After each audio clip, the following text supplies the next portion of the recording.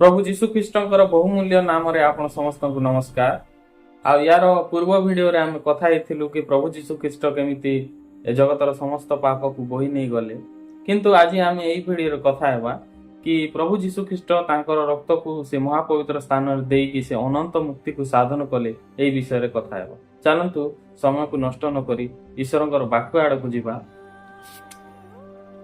Every पुस्तक तार 9 पर्व एवरी पुस्तक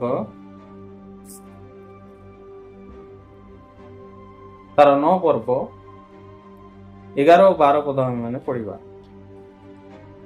किंतु ख्रीष्ट वर्तमान उत्तम उत्तम विषयर महायाजक स्वरूप उपस्थित होई एही सृष्टिर भिन्न अहस्तकृत महतर श्रेष्ठतर तंबू दे जाई छाग गवच्छर रक्त नुहे मात्र आपणार रक्त घेनी एकाथरके महापवित्र स्थान रे प्रवेश करी अनंत मुक्ति साधन करी अछंती।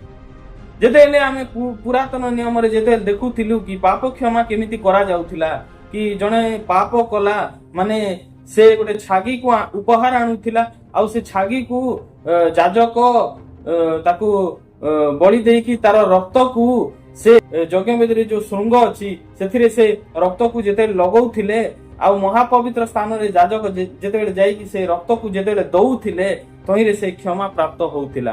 किछि क्षणिक पई तार पाप क्षमा होउथिला। आ एबे वर्तमान आमे जेतेबेले जीशु ख्रीष्ट को जेतेबेले देखुचु ए जगह रे जीशु ख्रीष्ट महायाजक स्वरूप उपस्थित होई अछंती। आउ एही सृष्टिर भिन्न अहस्तकृत महतर श्रेष्ठतर तंबू दे जाई बोली लिखा है।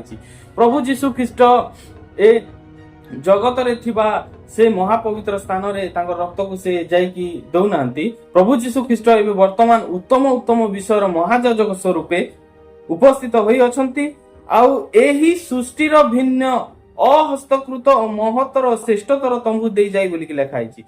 जोटा मनीषर हस्तकृत जो समागम तंबू आ महापवित्र स्थान थिला से जगह रे प्रभु जीशु ख्रीष्ट तांकर रक्त को से वर्तमान दउनांती। प्रभु जीशु ख्रीष्ट वर्तमान उत्तम उत्तम विषयर महायाजक स्वरूप उपस्थित होई अछंती। आउ एही सृष्टिर भिन्न अहस्तकृत महतर श्रेष्ठतर तंबू दे जाई बोली लिखा है। प्रभु जीशु ख्रीष्ट ए जगत रे थिबा समागम तंबुरे तांकर रक्त को से वर्तमान एबे जाईकी दउनांती। वर्तमान प्रभु जीशु ख्रीष्ट एबे उत्तम उत्तम विषयर महायाजक स्वरूप उपस्थित होई अछंती। जेमिति जाजक रक्त को नेकी देवा द्वारा पाप क्षमा पाउथिले एक्जेक्टली सेमिति जीशु ख्रीष्ट मध्य से स्वर्गर महायाजक स्वरूप एबे उपस्थित होई अछंती। आउ एही सृष्टिर भिन्न माने सृष्टि रे जो बना जाइथिला सृष्टिर भिन्न अहस्तकृत बोलिकी लिखा है। जोटा कि मनीषर हस्तकृत से जगह रे लागी नहीं। प्रभु जीशु ख्रीष्ट वर्तमान एबे स्वर्ग रे स्थे महापवित्र स्थान रे जाईकी से रक्त को दउछंती।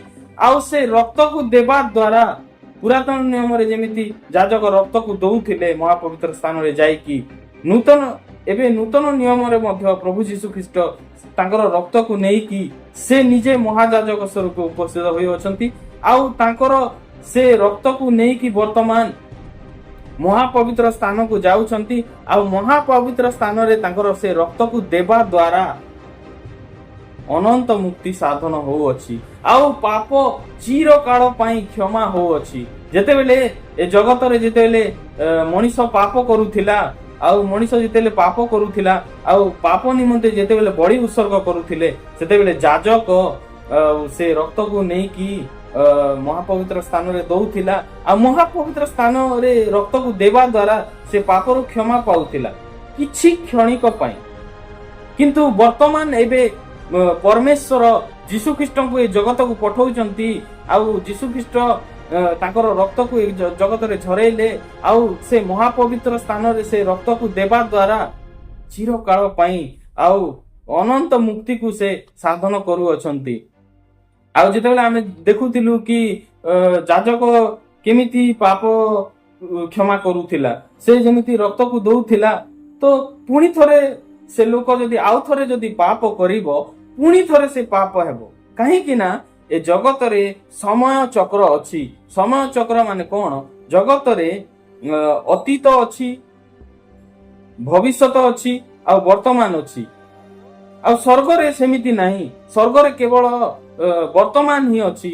ଯେତେବେଳେ ଏ ପୃଥିବୀରେ ପାପ କ୍ଷମା କରାଯାଉଥିଲା, ଆଉ ପୃଥିବୀରେ ଯେତେବେଳେ ପାପ କ୍ଷମା କରାଯାଉଥିଲା, ଯେତେବେଳେ ଏ ପୃଥିବୀର ମହାପବିତ୍ର ସ୍ଥାନରେ ଯେତେବେଳେ ଯାଜକ ନେଇକି ତା ରକ୍ତକୁ ଦଉଥିଲା, ତାହା ଅତୀତ ହେଇଯାଉଥିଲା। କାହିଁକି ଅତୀତ ହେଇଯାଉଥିଲା? କାହିଁକି ନା ଏ ଜଗତରେ ସମୟ ଚକ୍ର ଅଛି। ସେଥିପାଇଁ ଏ ଜଗତରେ ଯେତେବେଳେ ଯାଜକ ରକ୍ତକୁ ଦଉଥିଲେ, ରକ୍ତ ଅତୀତ ହେଇଯାଉଥିଲା। କିନ୍ତୁ ବର୍ତ୍ତମାନ ପ୍ରଭୁ ଯୀଶୁ ଖ୍ରୀଷ୍ଟ ମହାଯାଜକ ସ୍ୱରୂପେ ଉପସ୍ଥିତ ହୋଇ ଅଛନ୍ତି। ଆଉ ଏହି ସୃଷ୍ଟିର ଭିନ୍ନ, ଯୋଉଟା କି ମଣିଷର ହସ୍ତକୃତ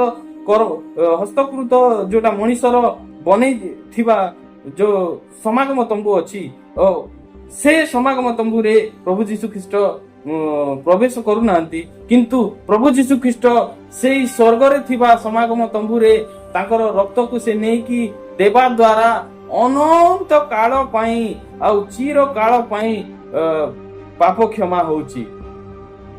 ସତରେ ଏ ବିଷୟରେ ଆମେ ଯେତେବେଳେ ଦେଖୁଛୁ ବହୁତ ଖୁସି ହଉଛୁ କି ପ୍ରଭୁ ଯୀଶୁ ଖ୍ରୀଷ୍ଟ ଆମ ପରି ଗୋଟେ କଦର୍ଯ୍ୟ ଲୋକ ପାଇଁ, ଆମ ପାଇଁ, ଆମେ ଗୋଟେ ଏତେ ଦୁଷ୍ଟ ଲୋକ ଆଉ ଏତେ କଦର୍ଯ୍ୟ ଲୋକ, ଆମ ପାଇଁ ପ୍ରଭୁ ଯୀଶୁ ଖ୍ରୀଷ୍ଟ ତାହାକୁ ରକ୍ତକୁ ଝରାଇଲେ ଆଉ ମହାପବିତ୍ର ସ୍ଥାନରେ ନେଇକି ସେ ରକ୍ତକୁ ଦେଲେ। ତଦ୍ୱାରା ଆଉ ଏ ଜଗତର ସମସ୍ତ ପାପ କ୍ଷମା ହଉଛି।